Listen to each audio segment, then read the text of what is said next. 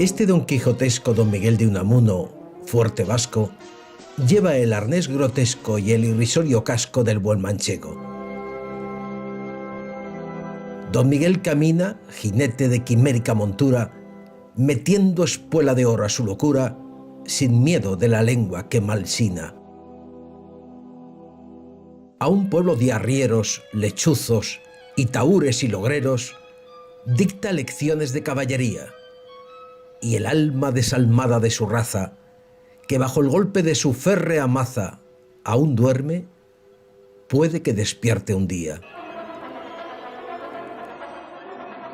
Quiere enseñar el ceño de la duda antes de que cabalgue el caballero, cual nuevo Hamlet a mirar desnuda cerca del corazón la hoja de acero. Tiene el aliento de una estirpe fuerte, que soñó más allá de sus hogares y que el oro buscó tras de los mares. Él enseña la gloria tras la muerte. Quiere ser fundador y dice: creo. Dios y adelante el ánima española, y es tan bueno y mejor que fue Loyola. Sabe a Jesús y escupe al fariseo. ¿Qué tal, amigas y amigos? ¿Cómo se encuentran? A la hora de identificar a Cervantes y a su hidalgo manchego con España, nadie pudo competir con don Miguel de Unamuno, el mismo don quijotesco, según el acertado retrato de Antonio Machado que acabamos de escuchar. La silueta del personaje de Cervantes, como símbolo e imperativo a la vez, se alza en el centro de la obra y el pensamiento de Unamuno, que elevaría el asunto de Don Quijote a terrenos metafísicos. En este, como en tantos otros temas, mantendría posturas contradictorias. De hecho, podemos distinguir dos etapas. En una primera, alrededor de 1890, a grito de muera Don Quijote, Unamuno sostuvo que el símbolo del irracionalismo y del misticismo que había caracterizado la historia española debía morir para que el sano y sensato pueblo pudiera comenzar a europeizarse. Pero poco después de la derrota del 98 cambiaría de opinión, defendiendo que la única manera de regenerar a España era reafirmándola en su ser quijotesco. El autor bilbaíno dedicaría varios ensayos al personaje cervantino, pero sin duda la gran obra unamuniana sobre el tema es Vida de Don Quijote y Sancho, que publicada en 1905, en la coyuntura del tercer centenario de la novela de Cervantes, se adelantó a muchas obras de otros autores sobre la misma temática. Allí, en esta obra, escribió Unamuno: vino el derrumbe de nuestros ensueños, vino lo de Santiago de Cuba y lo de Cavite, vino el Tratado de París, y en medio del estupor, o más bien de la estupidez general, nosotros, los que dicen del 98, nos tocamos. Sentimos el alma, descubrimos que teníamos un yo y nos pusimos a admirarlo. Por lo que a mí hace, acabé de descubrir mi yo español, castizo, en el Quijote. Y es natural, creí haber descubierto mi Quijote, nuestro Quijote.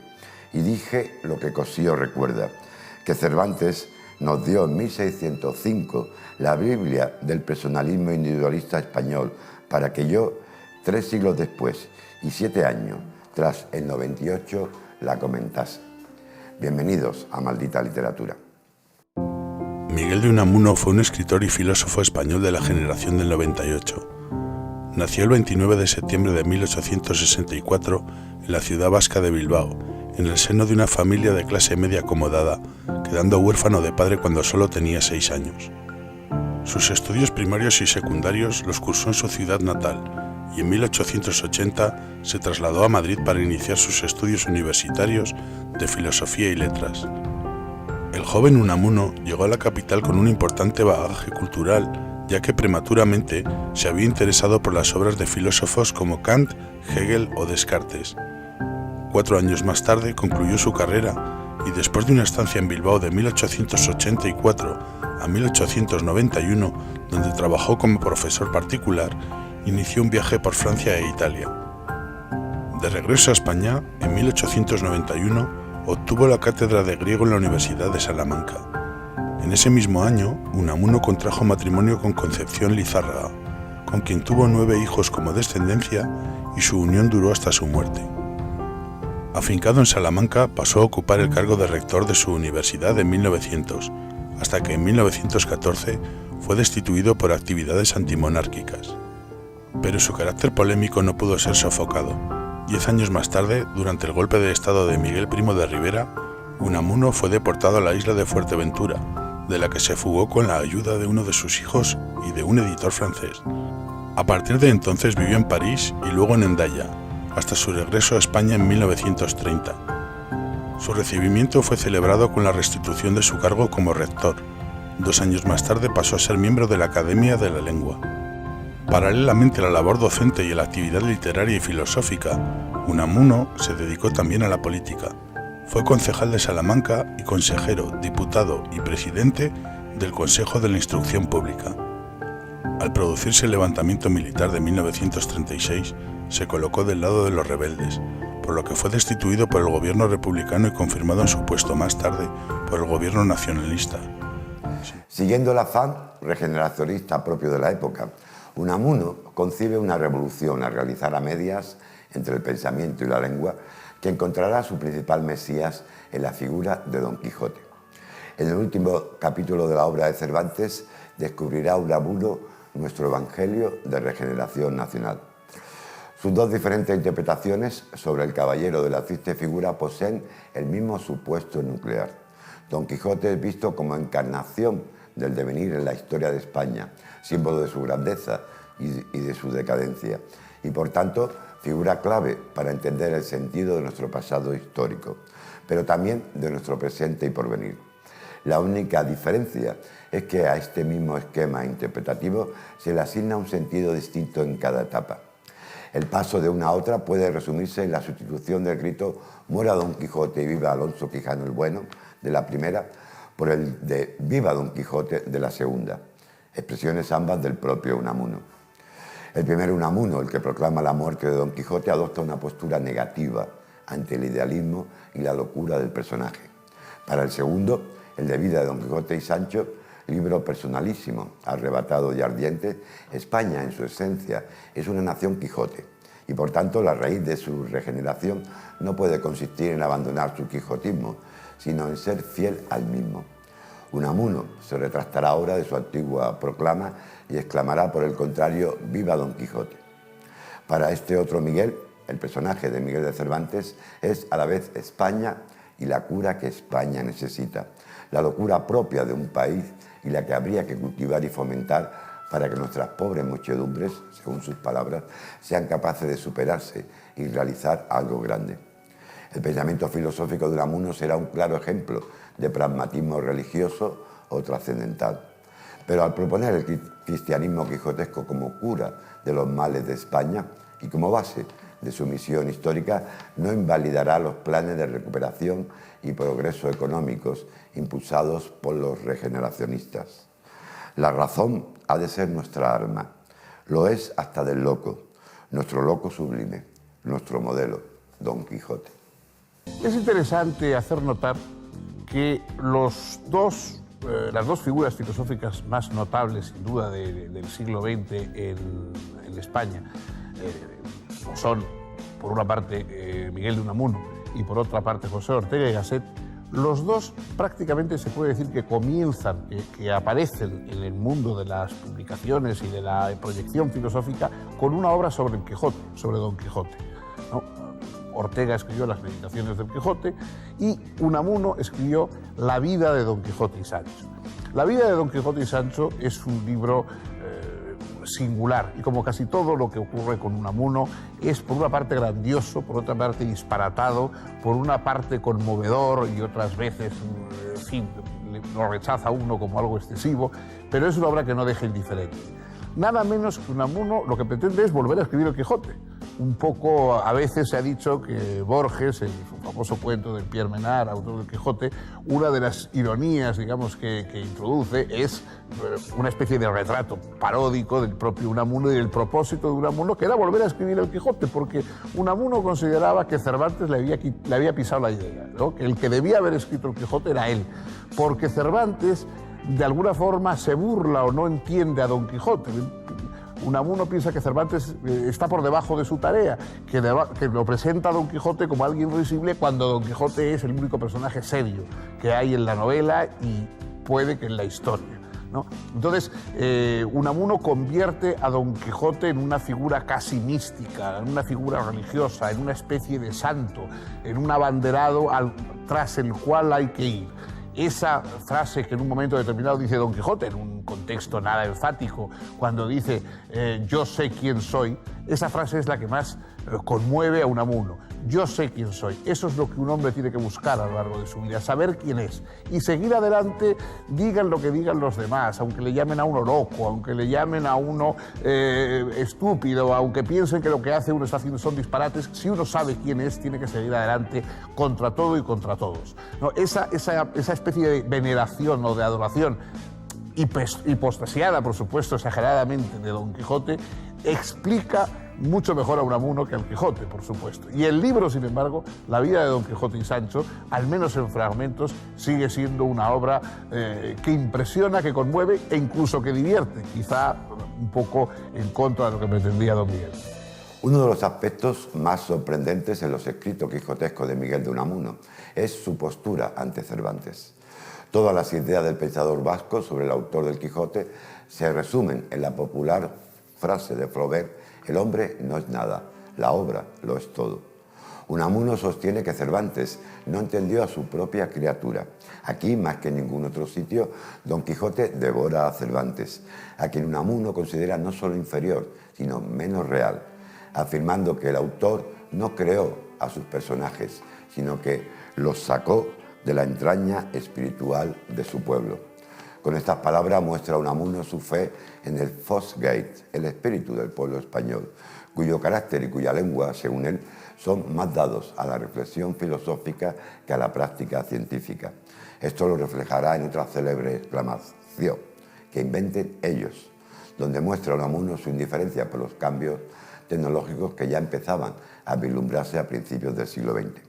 Frente a ellos, el Quijote y Sancho somos nosotros mismos, los españoles, a veces locos por un gran sueño que nos arrebata el corazón, y otros locos por seguir a los soñadores locos.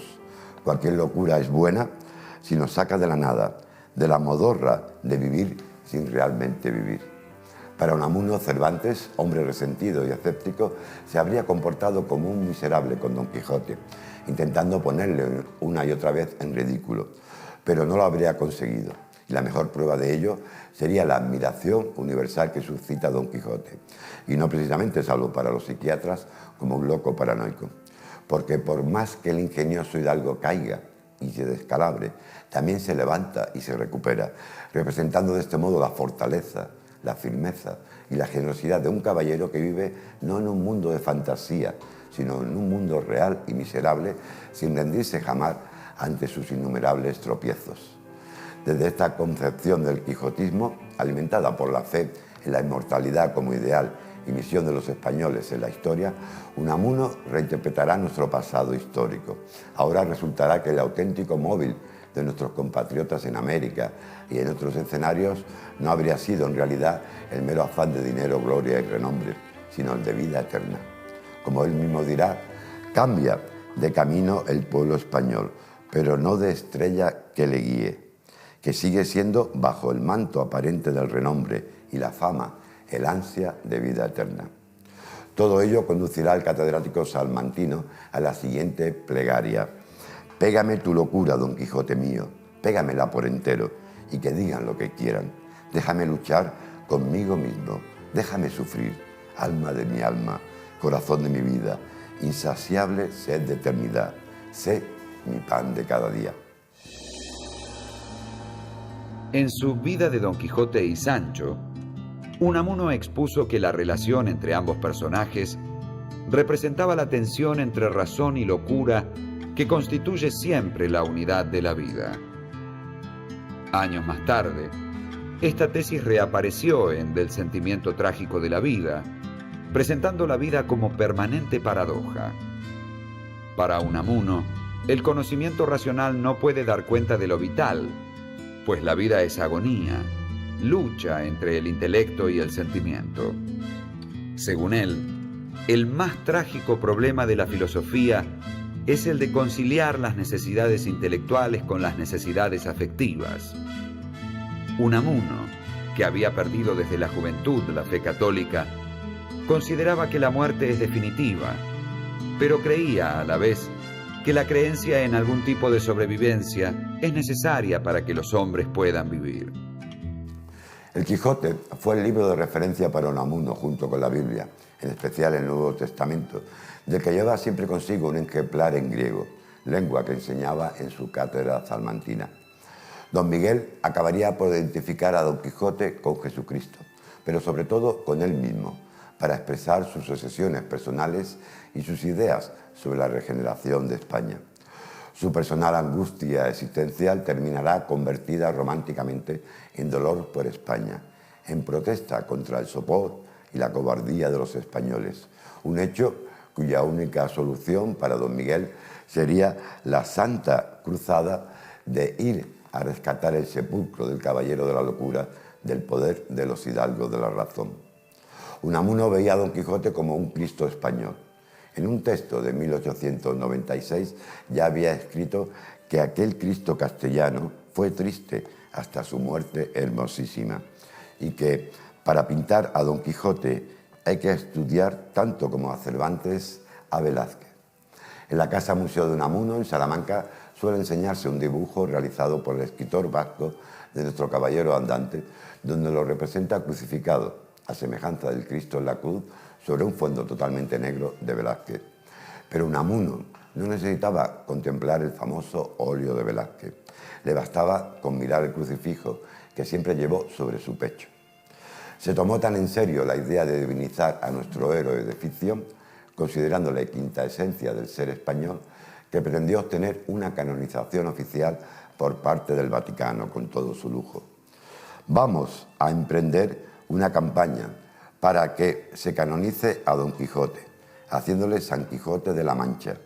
Y si la Iglesia romana, que ha canonizado a no pocos sujetos poéticos de menos realidad histórica que Don Quijote, se opusiera a ello, podría ser llegado el momento del cisma y de constituir la Iglesia católica, es decir, universal española quijotesca.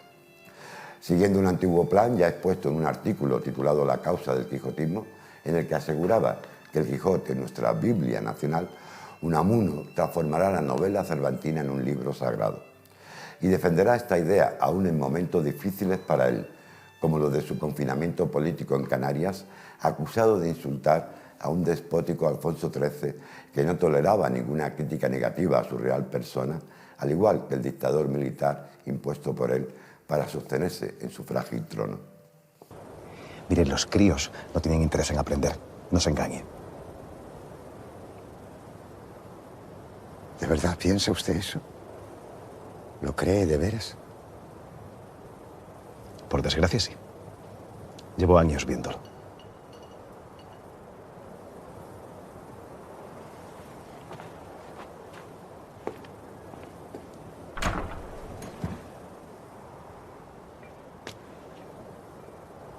Me pregunto cuándo ocurrió. ¿Cuándo ocurrió qué? ¿Cuándo perdió usted la fe? Pero qué disparate. Usted no tiene fe en los niños, don Víctor. Y quien no tiene fe en los niños, no la tiene en la humanidad. Y quien no la tiene en la humanidad, no la puede tener en Dios. ¿Qué quiere de mí? ¿Qué quiere? ¿Tiene usted fe, don Víctor? Márchese, por favor. Unamuno pretendió convertir el quijotismo en la filosofía y la teología de España, las dos materias intelectuales, además de la poesía, preferidas por él.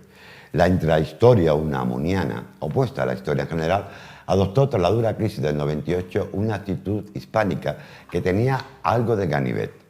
Creyó que las armas para la redención de nuestro país eran la fuerza creadora y redentora de la voluntad, tomando partido por la aventura de caballería frente al sentido común y la cordura. Nuestro aliado era el espíritu y nuestro enemigo la materia. Los molinos de viento transformados hoy en día en locomotoras, dínamos, turbinas, buques de vapor, automóviles, telégrafos con hilos o sin ellos, ametralladoras. Don Quijote era para él el alma de un pueblo anclado en una cosmovisión medieval. El quijotismo, escribe don Miguel, no es sino lo más desesperado de la lucha de la Edad Media contra el Renacimiento. Es decir, la agonía, palabra tan querida por el escritor vasco, por conservar la herencia espiritual de los tiempos, en los que razón y fe iban de la mano, frente a la reforma racionalista y a la revolución científica posteriores. Para Unamuno, el progreso técnico no conlleva necesariamente el progreso social, pero no condena la ciencia ni su evolución, sino nos advierte de los peligros de una concepción unilateralmente materialista y cientifista del hombre. Para Don Quijote, sin embargo, en el mundo no existen tales dicotomías.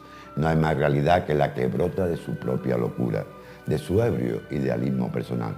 Don Quijote es una poética de la locura, transgresora de una realidad que pertenece a todos los tiempos. Por esta razón, precisamente, es inmortal, y también por esta razón es necesario rehabilitar el quijotismo, porque el progreso, con toda su ciencia y técnica, no alcanza ni a satisfacer ni a explicar la totalidad de la vida humana, superior e irreductible, como el mismo Don Quijote, a la razón.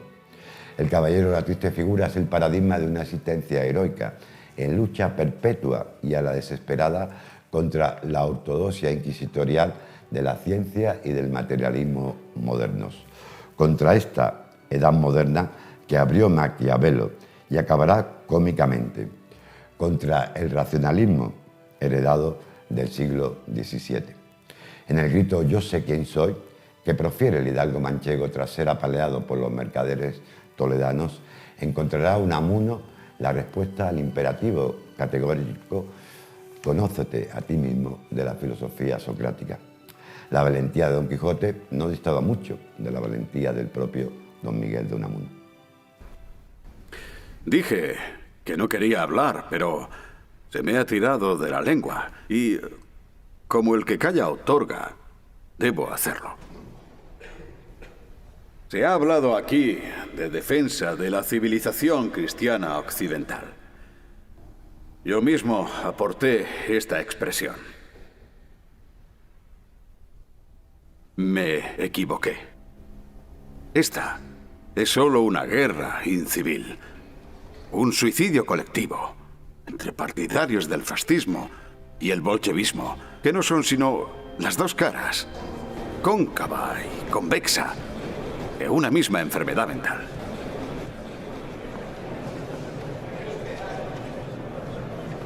¿Puedo hablar?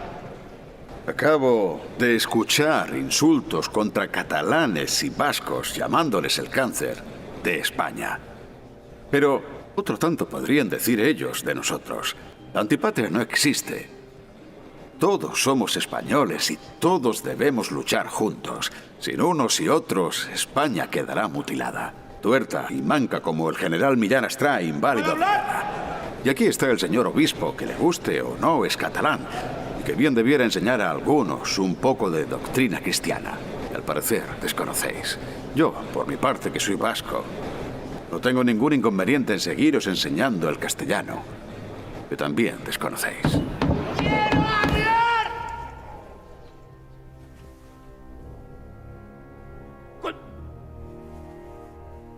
Ayer, cuando... ¡España! ¡Una! ¡España!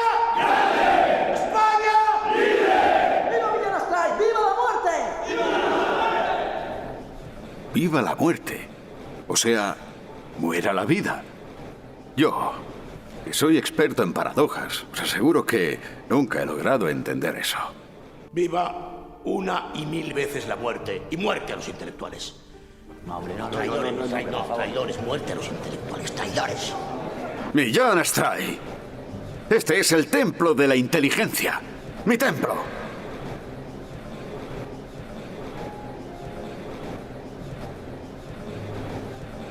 Vencer no es convencer. Conquistar no es convertir.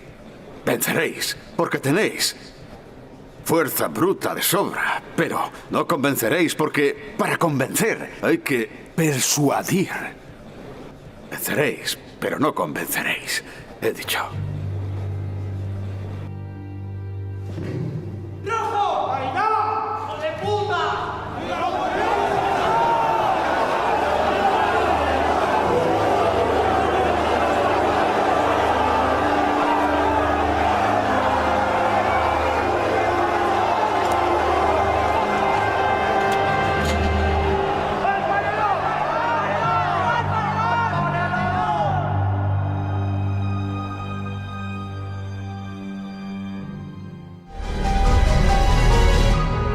El valor no solo se demuestra en combate.